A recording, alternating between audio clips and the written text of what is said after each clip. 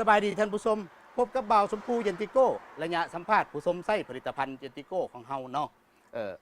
มื้อนี้ได้มาอยู่ในเส้นทาง450ปีนครหลวงเวียงจันทน์มาพบกับอ้ายท่านหนึ่ง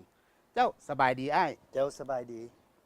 โทษเถอะอ้ายซื้ออย่างเนาะอายุจักปีแล้ว ชื่อสมคิดมนเดชอายุ58 ปี ปัจจุบันนี่เป็นประกอบอาชีพอย่างอ้าย ปัจจุบันประกอบอาชีพค้าขาย ประกอบอาชีพค้าขายเนาะท่าน เลย ผู้ชมแล้วที่อาการเกี่ยวกับสุขภาพเจ็บเป็นนี่มันอ้ายเป็นอย่าง สุขภาพอยู่นี่ที่ว่าเป็นไข้มันหัวใจ อาการมันเป็นแนวใดอ้าย ก่อนสิเป็นแบบนี้แล้วแม่นว่าอาการของมันแล้วแม่นเป็นหนักท้อง แล้วก็แน่นออกสะลังที่ตีนมือจัง เป็นหลายบ่อ้าย เป็นไล่ เป็นหลายจนเฮ็ดเวียกบ่ได้พุ่นบ่ โดยจนเฮ็ดเวียกบ่ได้ แล้ววิธีการรักษาของอ้ายที่ผ่านมาเนี่ยอ้ายเฮ็ดแนวใด วิธีการรักษาที่ผ่านมานี่ก็ได้ไปให้โรงพยาบาลเพิ่นกวดเบิ่งแล้วเพิ่นก็ว่าเป็นไขมันหัวใจ แล้วเพิ่นวางยาให้บ่ เล อ้าย ยแล้วเพิ่นก็วางยาให้กินเพิ่นว่าให้กินเรื่อยๆไปกินเรื่อยๆไปกินแล้วก็บ่มีอาการจะเบาบางไปจักเทื่อ คือสรุปแล้วนี่มันบ่ดีขึ้นเนาะ โดย แล้วมาฮู้จักผลิตภัณฑ์เย็นติโก้ของเฮานี่แนวใด คนที่ฮู้ผลิตภัณฑ์จินติโก้นี่ก็ฮู้จักนำนางน้อย โดย แล้วเดี๋ยวนี้เฮากินได้จักเม็ดแล้วอ้าย กินได้ประมาณมื้อ10 เม็ดแล้ว ตำอิดที่เฮากินนั่นนะกินไปจักเม็ดแล้วฮู้ว่ามันดี แล้วฮู้ว่ามันมีผลที่ดีขึ้น กินประมาณมื้อ5 เม็ดก็รู้สึกว่าอาการเบาบางไป แล้วอ้ายยังคิดว่าต้องสืบต่อกินอีกอยู่แม่นบ่ โดยสืบตัวกินอีก เพราะว่าย้อนว่ามันเฮ็ดให้เฮาดีขึ้นเนาะอ้าย โด เนาะ ยย้อนว่า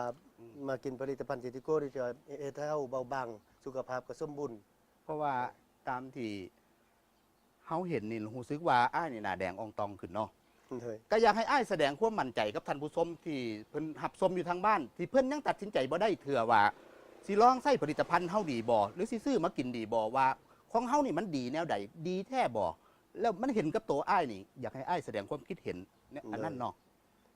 นี่ก็ขอแสดงความเคารพนับถือบรรดาแขกบรรดาทานบรรดาผู้ชมหมดทุกๆคนเนาะข้าพเจ้าชื่อว่าสมจิตมรณเดชอายุ58 ปีเมื่อได้มากินผลิตภัณฑ์เจนติโก้นี่แล้ว